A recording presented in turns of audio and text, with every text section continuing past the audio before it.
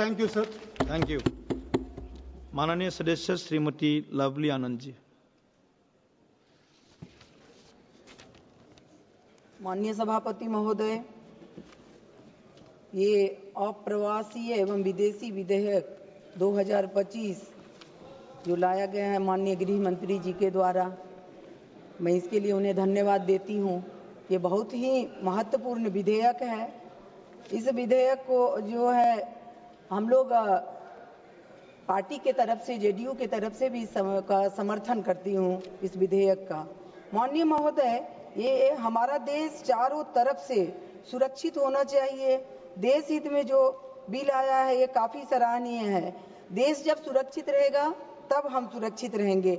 ये हमारे मन में भी काफी पहले से भी ये विचार आता था कि जब चारों तरफ हमारा जो सीमा है अगर वो ओपन रहेगा तो कोई भी आतंकवादी, कोई भी ये चाहे चाइना हो, चाहे पाकिस्तानी हो, चाहे आतंकवादी हो, कोई भी घुस सकता है। तो जैसे हम लोग घर के को चार दीवारी से बंद करते हैं, ताला लगाते हैं, उसी तरह से हमारे देश को भी सुरक्षित होना चाहिए। माननीय महोदय, मैं कुछ महत्वपूर्ण विषयों को सदन में रख रही हूँ। अभी बांग्लादेश में राजनीतिक उथल पुथल चल रहा है। इसके कारण घुसपैठियों सीमा पार कर भारत में आ रहे हैं। ये काफी गंभीर मामला है।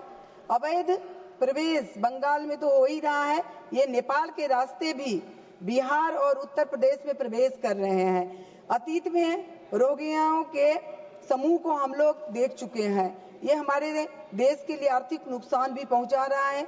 और नेपाल के रास्ते चाइना के जो है चीन घुसपैठियां, वो नेपाल के रास्ते नेपाल में आके फिर बिहार आ रहे हैं, देश के अन्यत्र भाग में जा रहे हैं और अशांति पैदा कर रहे हैं। और अध्यक्ष महोदय, बिहार के कई जिले नेपाल से सीमा से सटा हुआ है।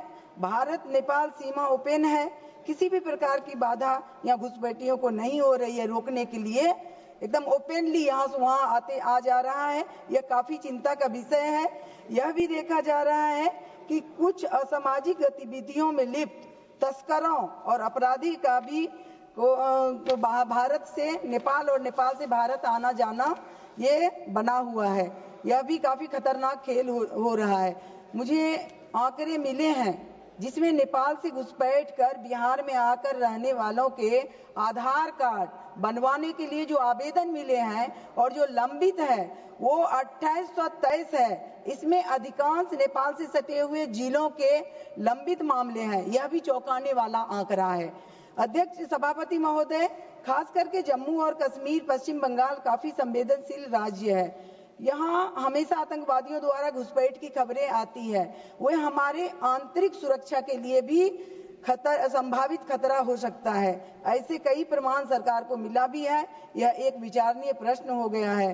सभापति महोदय, म्यांमार सीमा से मणिपुर में घुसपैठ के कारण आज मणिपुर करीब 2 वर्षों से 2 समुदायों के जातीय हिंसा से प्रभावित है और शांति की कोई आसार नजर नहीं आ रही है।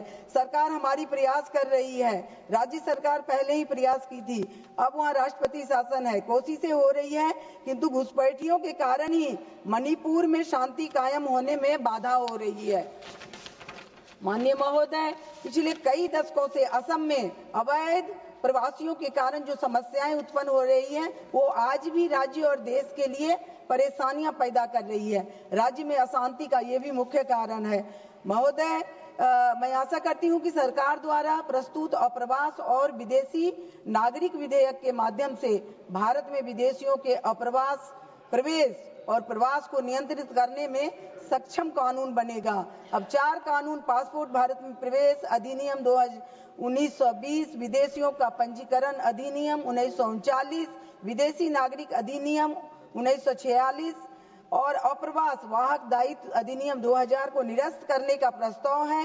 इससे अब नया कानून काफी प्रभावी है और स्पष्ट होगा कि देश में अवैध घुसपैठियों को रोकने में कारगर होगा। साथ ही देश में विदेशी निवेशकों के विश्वास को भी स्थापित करेगा, क्योंकि अब निवेशकों का वीजा भारत में पर्याप्त निवेश करने वाले व्यक्तियों को दीर्घकालिक निवास का मार्ग प्रदान करेगा। इससे देश में प्रमुख बुनियादी ढांचा निर्माण, नवीनीकरण, रियल एस्टेट, एफडीआई को बढ़ावा मिलेगा।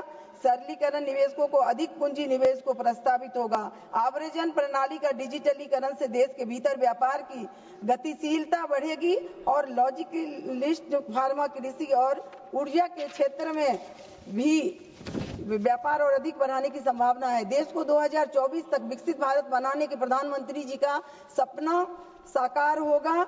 और मैं ये कहना चाहूंगी अंतिम में, बहुत विधेयक के प्रमुख लाभ राष्ट्रीय सुरक्षा को सुदृढ़ करेगा। यह विधेयक हमारे देश में अवैध प्रवासियों की पहचान कर उनके नियमन को सुनिश्चित करेगा।